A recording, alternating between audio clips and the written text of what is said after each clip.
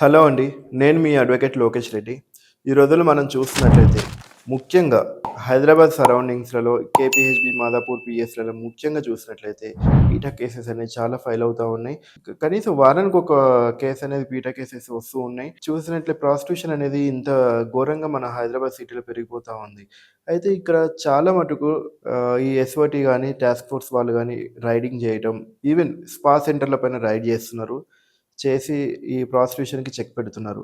వాళ్ళు చేసే పని బానే ఉంది. కానీ కొంతమంది అమాయకులు అక్కడ చాలా మటుకు abuse of process of law అవుతుంది. కొంతమంది అమాయకులు కూడా కేస్‌లో ఇంప్లీడ్ అయిపోయి వాళ్ళు అక్యూజ్డ్ లిస్ట్‌లో ఉండి చాలా ఇబ్బంది పాలవుతూ ఉన్నారు. ముఖ్యంగా ఒక ఉదాహరణకు చెప్పాలంటే స్పా సెంటర్‌లో ఒక రిసెప్షనిస్ట్‌గా జాయిన్ అయిన ఒక అమ్మాయి 2, 3 డేస్ తర్వాత రైడ్ అయిపోతే ఆమెను కూడా ఆర్గనైజర్‌లో పెట్టడమో, లేకపోతే స్టాఫ్ ఎవరైనా ఉంటే సబ్ ఆర్గనైజర్‌గా పెట్టడం ఇలా చేస్తూ ఉన్నారు. సరే ఇదంతా ఒక వైపు ఉన్నట్లయితే ఇంకొక వైపు కస్టమర్‌లని ఎవరైతే ఆ విటులు ఉంటారో వాళ్ళని కూడా అక్యూజ్డ్‌గా పెట్టి అక్యూజ్డ్ లిస్ట్‌లో పెట్టి వాళ్ళని కూడా రిమాండ్ చేయటమో, లేకపోతే 41A స్టేషన్ బెయిల్ ఇవ్వడమో చేస్తున్నారు. ఒక్కసారి వాళ్ళ పైన ఈ కేస్ ఫైల్ అయితే ఈ పీటా కేస్ వచ్చేసి సెషన్స్ ట్రైబల్ వైస్ సెషన్స్ ఉంటది కాబట్టి సెషన్స్ కేసు మనకు డిస్పోజ్ అవ్వాలంటే దగ్గర దగ్గర 5 ఇయర్స్. ఈ కూకట్పల్లి కోర్ట్‌లో మనం చూసినట్లయితే దగ్గర దగ్గర ఒక 3-5 ఇయర్స్ టైం పడుతుంది. సో, ఇలాంటి కేసెస్‌లో చట్ట ప్రకారం యాక్చువల్‌గా ఏంటంటే ఈ కస్టమర్‌లని విక్టిమ్స్‌గా చూడాలి కానీ వాళ్ళని అక్యూజ్డ్‌లాగా చూడకూడదు. సో, ఆ విషయం పోలీసులకి తెలిసి, జడ్జెస్‌కి తెలిసి, రిమాండ్ చేసే మేజిస్ట్రేట్‌లకి కూడా తెలిసి రిమాండ్ తీసుకుంటున్నారు. అండ్ 41A ఇస్తున్న పోలీసులు గూడా వాళ్ళకి తెలిసి గూడా ఫైల్ చేస్తున్నారు. ఇది క్లియర్‌గా abuse of process of law.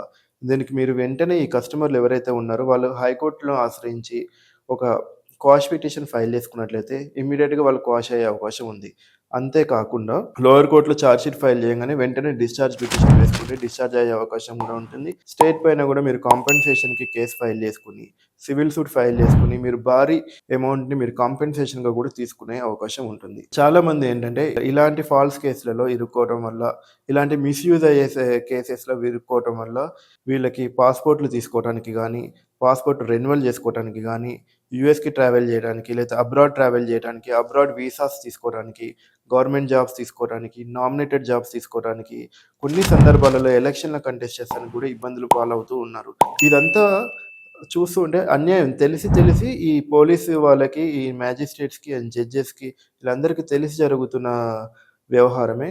So, పోలీసులు ముఖ్యంగా ఇక్కడ కొంచెం డిస్క్రిషన్ పవర్ వాడి నిజంగానే కస్టమర్ అయితే అతనికి 41A ఇచ్చిన చార్జ్ షీట్‌లో అతని పేరు పెట్టకుండా డిశ్చార్జ్ చేయవలసిన అవసరం ఉంది. ఇలాంటి కేసెస్‌లో మీరు కస్టమర్స్ ఎవరైనా ఉండి మిస్‌యూజ్ అయ్యారు, అక్రమంగా కేసులో ఇరుక్కున్నారు అనుకుంటే మీరు ఖచ్చితంగా హైకోర్ట్‌లో క్వాష్ పిటిషన్ వేసుకొని, లేకపోతే లోయర్ కోర్ట్‌లో డిశ్చార్జ్ పిటిషన్ వేసుకోండి. వేసుకుంటే మీకు త్వరగా న్యాయం జరుగుతది.